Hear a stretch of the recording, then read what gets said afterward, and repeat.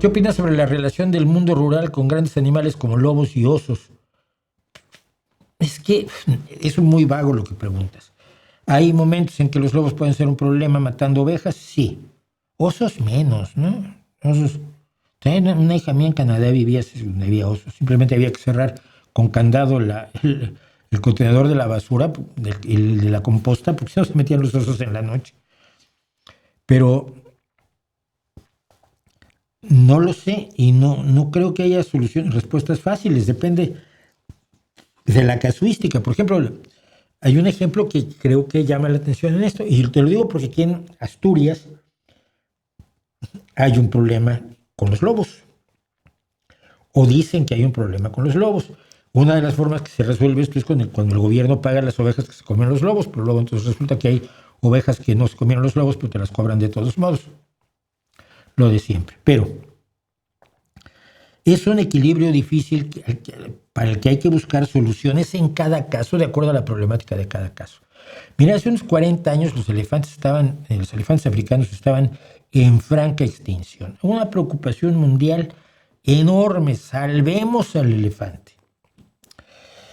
Y se salvó al elefante y se hicieron reservaciones, parques naturales, se prohibió, por supuesto, el comercio de marfil, se prohibió la cacería de elefantes, se persiguió a los cazadores de elefantes furtivos, que entonces ahora tenían un negocio mucho mayor, porque un colmillo de elefante, al estar prohibido el marfil, su precio se fue para arriba.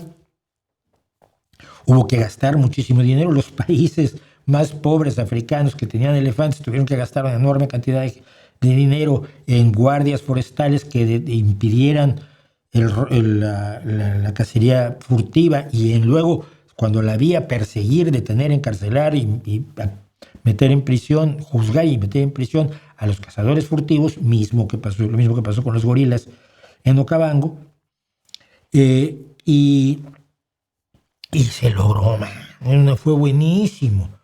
Los elefantes volvieron a recorrer África. Dices África y suena Toto atrás, ¿no? Que escribieron la canción sobre un número del National Geographic, porque ninguno había estado en África, pero es África de Toto, y en África lo reconocen. Entonces suena Toto. Y hay elefantes. Y los elefantes. Y va la elefanta con su elefantito, y es bien bonito. Y luego llegan a donde están los cultivos de la gente y se los hacen pedazos.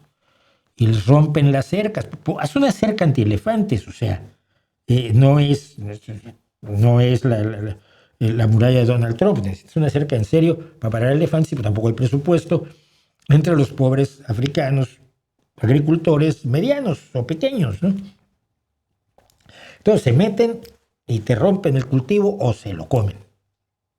Entonces tú dices, oye, ¿puedo matar a este elefante que me está aquí dejando sin comer a la familia? No puedes matar al elefante. No, es lógico que no pueda matar al elefante, pero hagan algo, porque a mí me dejan sin comer a la familia.